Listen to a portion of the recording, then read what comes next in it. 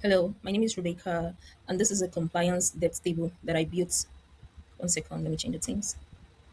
So this is a compliance depth table I built to help compliance SaaS vendors identify early stage companies that are about to get hit with regulatory requirements they're not ready for.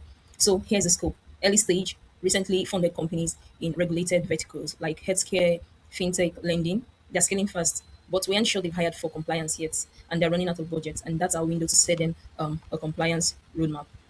For this, I've sourced 19 early stage companies from Combinator across health and fintech verticals. So we've got the basic company data. You can see the domain, the LinkedIn over here. And then we have those signals already layered that tells us which companies are about to get hit. So the first one is the compliance hiring.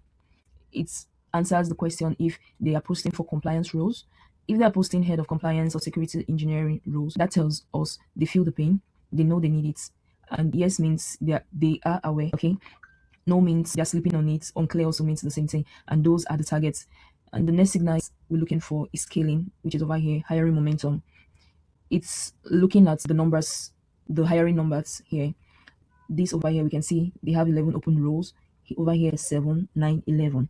So what this tells us is those companies are posting several jobs. That means they are scaling, yeah?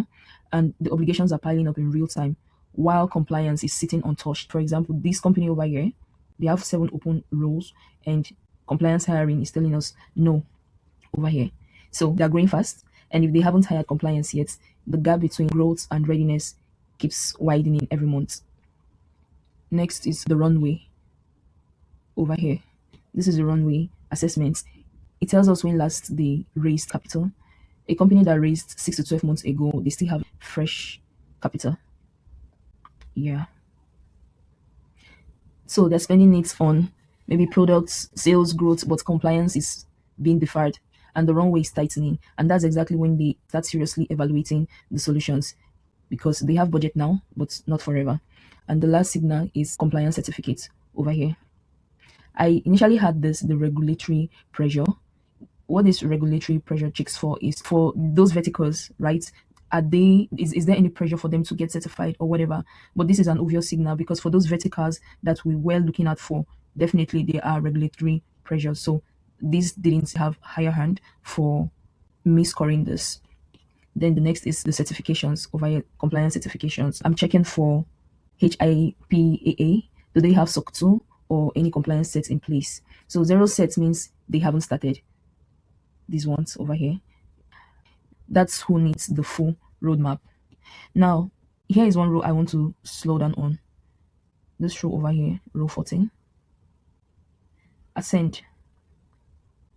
Because this row proves that this model is smarter than a simple checklist. So this is Ascend, it's a fintech company.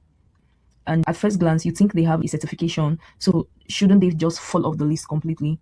That's what I assumed also. But look at their score over here. This is 14. Over here, 4. Okay? It's 4 and it's saying warm. And here's why. Ascent has been funded for over 18 months.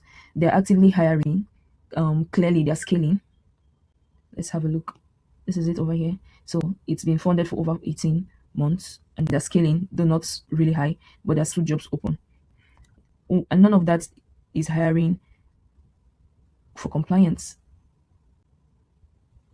Over here, you can see they're not hiring for compliance yet. So what I'm actually looking at is a company that checked a box once, probably to close an early enterprise deal before, and then it hasn't touched compliance since. That's completely different from a company with 0 certificates. And as Asan isn't saying we've never thought about this, it's given we did a bare minimum once, and now the rest of the business has outgrown it.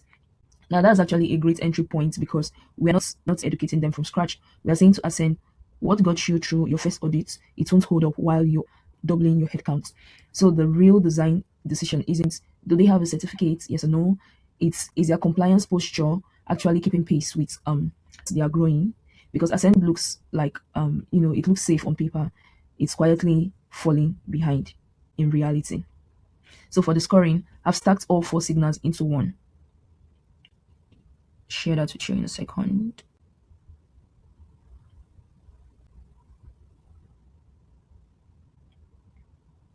Have stacked all four signals into one number. No compliance hiring, it gets 2 points. Unclear gets one. Actively scaling plus two. 6 to 12 months runway plus two. No certification plus one. And the highest score lands at 5. So the first tier is they're growing fast, no compliance hiring, no certifications, tight runway. That means they're about to get audited and they don't even know it. Anything 3 and below, we skip. Okay? They are either already compliant or they are too early to matter. So across this list, a handful already scores like first, which is for us to call them first. So, for example, like Ascend, where they've already started, but then it stalled, it fell into a warm zone, and then the majority just gets skipped. That's triage. And that's how you prioritize instead of could calling all 19 in random order. So here's what this tells a compliance vendor. Most of these companies aren't shopping yet, but they are about to be. They're scaling, their runway is tightening, and their compliance posture is either non-existent or still. So the top scorers are your calls to make in the next like 30 days before they either hire someone internally or get hit with an audit they can't pass. And that's how you find buyers before they are even shopping.